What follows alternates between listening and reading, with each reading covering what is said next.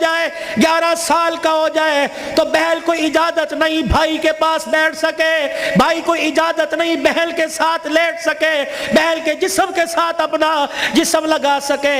جب 11 سال کا بھائی بہن کے ساتھ جسم نہیں لگا سکتا تو تجھے محلے دار کے موٹر سائیکل پہ بیٹھ کے شہر جانے کی اجازت کس نے دی ہے؟ مولانا بشیر صاحب صحیح کہہ رہا ہوں؟ ابا جان ناراض نہ ہونا, نبی بھی نبی تھے. کہ میرے علی میں فرق ہی کوئی نہیں, علی کہاں میں کہاں, اب تجھے لے جانے کے لیے علی سے اجازت لینی پڑے گی. چپ کر کے گھر کے کونے میں بیٹھ گئے. کب آئے گا کب آئے گا کہاں؟ اتنی دیر میں سیدنا علی رضی اللہ عنہ نے گھر کے حجرے کا پردہ ہٹایا, ناک کی نتھے پھلائی. فاطمہ ابا آئے ہیں. علی تجھے کیسے پتہ لگا؟ کہ ویڑا بتلا رہا ہے, نبوت کی خوشبو سے مہک رہا ہے. وہ بیٹھے. کیوں؟ کوئی غلطی تو نہیں ہوگی؟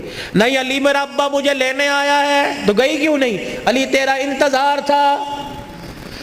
فاطمہ میرا انتظار کیوں کیا؟ کہ تیرا حکم نہیں, اجازت نہیں. کہ تیرے باپ کے آگے میں کیا اجازت دوں گا؟ کہ علی بات اجازت کی نہیں, بات تیری مرضی کی نہیں. رب ذوالجلال کی قسم ہے اگر تیری اجازت کے بغیر آج چلی جاتی تو قیامت کی صبح تک میرے باپ کی نبوت والی پگڑی پہ لوگوں کی انگلیاں اٹھ جاتی.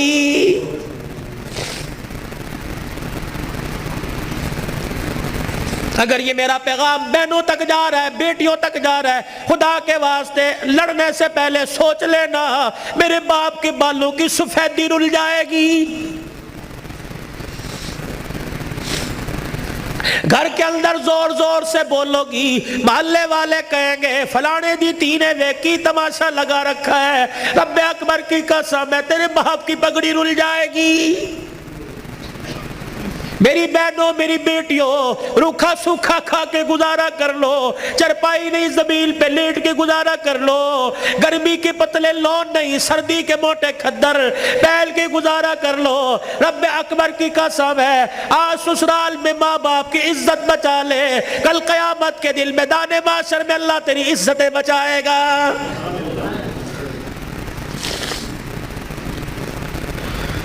علی رضی اللہ تعالیٰ عنہ کہنے لگے جلدی جا. علی جاؤں گی صحیح لیکن جانے کا انداز کچھ اور ہوگا. کیا؟ میرا پردہ آسمان کے ستاروں سے بھی ہو جائے. تو پھر ایسی گود کے اندر حسین نہ آتا تو کون آتا؟ ایسی گود کے اندر زینب نہ آتی تو کون آتی؟ ایسی گود کے اندر حسن محسن نہ آتے تو کون آتے؟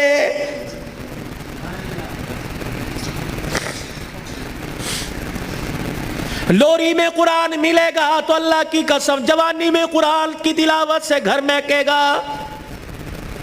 یہی وجہ ہے ہسپتال میں چلے جاؤ اللہ اکبر, مریض کے بیڈ کے سرانے دوائیں ملیں گی, فروٹ ملیں گے, جوس ملیں گے. ابے کی ناک میں نلکی لگی ہوئی ہے, اماں کو آکسیجن لگی ہوئی ہے. ہر کوئی آ رہا ہے, کوئی تکیے کے نیچے پیسے رکھ رہا ہے, ہر کوئی آ رہا ہے جوس لے کے آؤں, ہر کوئی آ رہا ہے فروٹ لے کے آؤں. مرنے والا آنکھوں کی اینیوں سے آنسو نکال نکال کے کہہ رہا ہے او لوگو مجھے جوس کی ضرورت کوئی نہیں, مجھے فروٹ کی ضرورت نہیں, اس وقت تو مجھے قرآن کی تلاوت کی ضرورت ہے. قرآن سناؤ مجھے کوئی آگے بڑھ کے. بیوی کہ میں نہیں سنا سکتی. جب شادی کی تھی تو میرے ماں باپ نے کہا تھا کہ ماشاءاللہ ترجمے سے قرآن پڑھی ہے. پتہ تیری ماں نے اس وقت کیا کہا تھا؟ او تے ٹھیک ہے سکول کنا پڑھی ہے. تو تیری ماں نے قرآن پڑھنے کے بجائے سکول کو ترجیح دی تھی. میں تجھے ABC سنا سکتی ہوں, قرآن نہیں سنا سکتی. بیٹے تو مجھے قرآن سنا دے, سورہ یاسین سنا. بیٹے تو مجھے سورہ رحمان سنا. ہاتھ جوڑ کے پیچھے کھڑا ہو گیا. اور تو نے قرآن نہیں پڑھا؟ نہیں ابا جی. کیوں؟ ابا جان قصور میرا نہیں, قصور تیرا ہے.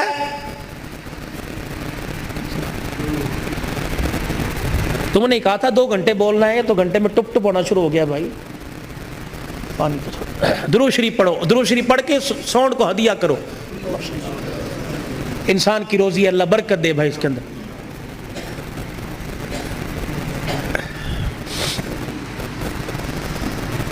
ابا جان آج کہہ رہا ہے قرآن سنا. کتھوں سنا ہوا تینوں قرآن؟ ابا جان وہ یاد کر میں دنیا میں نہیں آیا تھا، ابا تو مزدوری کر کے شام کو آیا، میری ماں تجھے دیکھ دیکھ کے مسکرا رہی تھی، تو نے میری ماں سے کہا تھا خیر ہوئے آج کیوں ہنس رہی ہے؟ اللہ اکبر، تو نے کہا رات نہیں، میری ماں نے کہا رات کو بتاؤں گی۔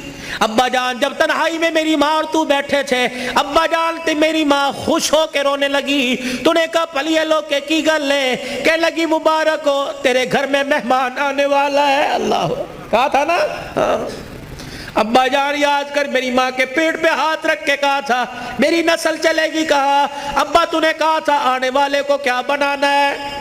میری ماں نے کہا ڈاکٹر، تو نے کہا وکیل، میری ماں نے کہا کھلاڑی، تو نے کہا جج ہے۔ ابا جان وہ رات یاد کرو، اللہ اکبر، میں ماں کے پیٹ میں سن رہا تھا، تو نے کہا ڈاکٹر بنانا، تو نے کہا وکیل بنانا۔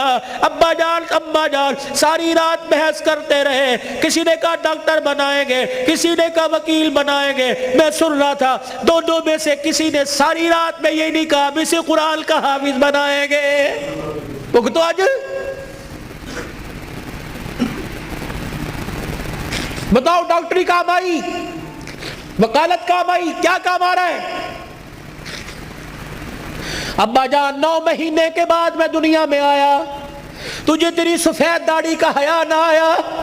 ابا جان تو نے بھی تالیاں بجا بجا کے میرا استقبال کیا، تم سارے ہنس رہے تھے، میں رو رہا تھا اپنے اور تمہارے نصیبے پر۔ میں رو رو کے کہہ رہا تھا ظالمو مجھے گانا نہ سناؤ، مجھے قرآن کی تلاوت سناؤ۔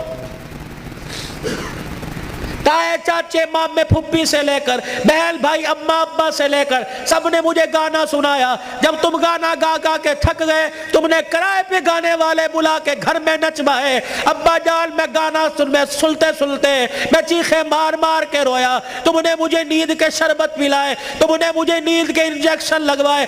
ابا جان میں سوتے سوتے تڑپ جاتا، تم کہتے پرچھاواں پڑ گیا، بچہ اچھل رہا ہے، مولوی مبشر نظر صاحب دب کر دو۔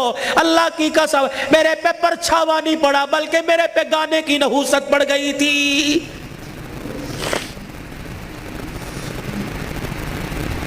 اتنا سا میں اسکول کا بیگ لے کے گھر سے نکلتا، گانے کی آواز سن کے نکلتا، 10 گھنٹے بعد 8 گھنٹے بعد گھر آتے مجھے گانے کی آواز ملتی، روٹی پکاتے ہوئے ماں گانا سنا کرتی، آٹا گولتے ہوئے گانا سنا کرتی، جھاڑو دیتے ہوئے گانا سنا کرتی۔ اماں جان تم نے خالی کنویں کے اندر اتنا گانا بھر دیا کہ میری غذا قرآن نہیں گانا بن گئی۔ ابا ہاتھ جوڑ کے میں عرض کرتا ہوں کہ 25 سال کی عمر میں اور تمہارے 55 سال کی عمر میں تمہیں قرآن نہیں سنا سکتا بلکہ گانا ہی سنا سکتا ہوں۔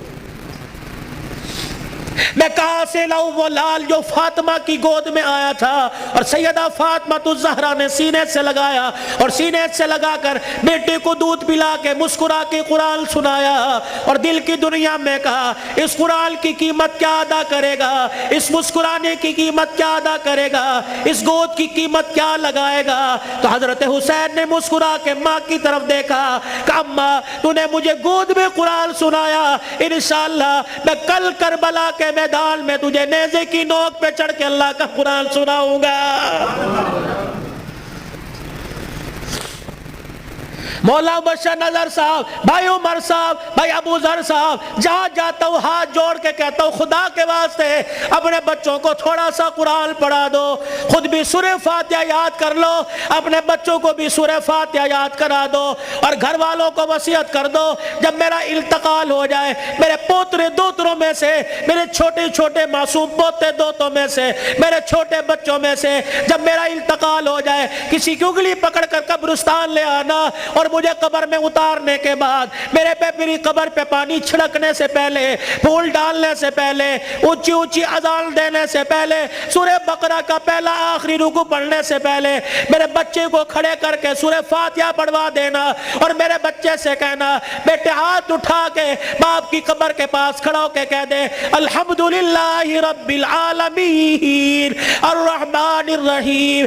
جب بچہ میری قبر کے پاس کھڑا ہو کر مجھے رحمان رحیم الرحیم کہے گا، اللہ قبر میں سے حساب لینے والے فرشتوں کو واپس بلائے گا، یا اللہ بڑا گناہگار ہے، اللہ فرمائے گا تم قبر کے اندر کا دیکھ رہے ہو، میں قبر کے اوپر کا منظر دیکھ رہا ہوں، اس کا چھوٹا سا بچہ باپ کی قبر کے سرانے کھڑے ہو کر مجھے الرحمن الرحیم کہہ رہا ہے، میں اپنے بارے میں الرحمن الرحیم، اس کے بچے سے سل کے اس کے باپ کو عذاب دوں، میں اللہ کی غیرت گوارا نہیں کرتی ہے۔